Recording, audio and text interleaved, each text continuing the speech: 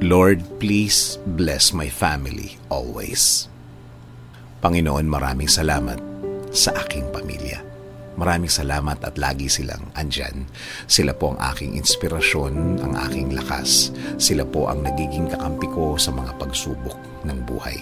At laging nakaalalay kapag kailangan ko ng suporta. Lord, kasama po ng aking dasal na ito na mas mapalapit sila sa iyo. Mas makilala ka nila. Mas malaman pa nila ang iyong kabaitan. Kasama ng nakikita nila sa aking buhay na ikaw ang pinagkukunan ko ng lakas sa araw-araw.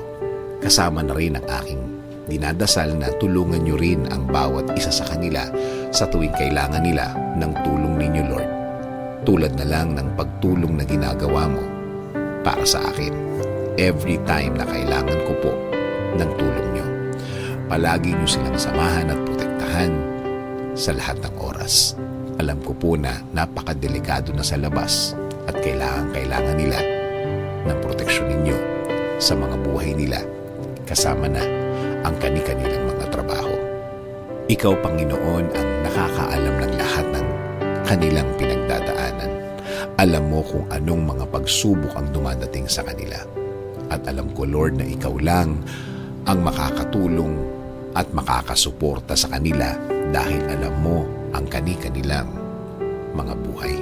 Bigyan mo sila ng talino para kanilang magamit sa tuwing may dalahin sila sa kani-kanilang mga buhay.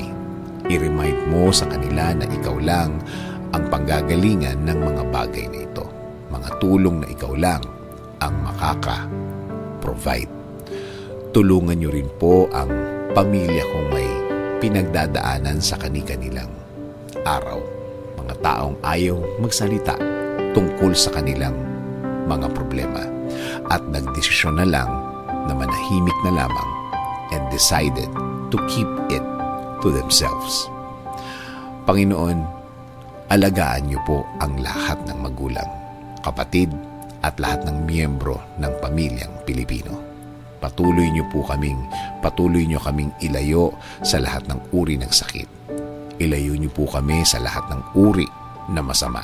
Manatili po sana ang inyong peace sa aming mga puso at isipan. Patuloy niyo pong i-guide ang aking buhay. Bigyan niyo po palagi ng direksyon ng aking araw-araw at ng buong pamilya. Patawarin niyo po kami sa lahat ng aming kasalanan sa inyo, Panginoon. In Jesus' name we pray. Amen. Sabi nga sa Colossians 3:13, bear with each other and forgive one another if any of you has a grievance against someone. Forgive as the Lord forgave you.